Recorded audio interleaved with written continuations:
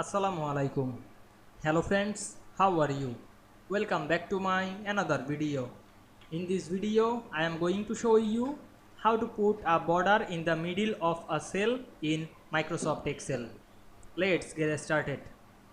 At first, you have to open your Excel workbook. Now we want to put a border in the middle of cell. At first, select any cell.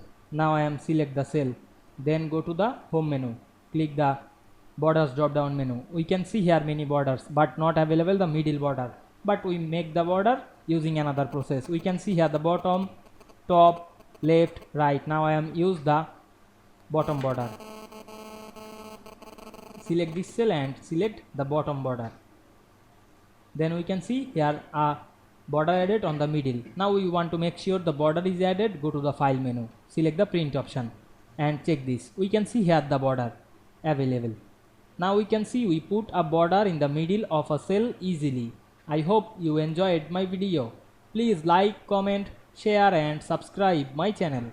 Thanks for watching.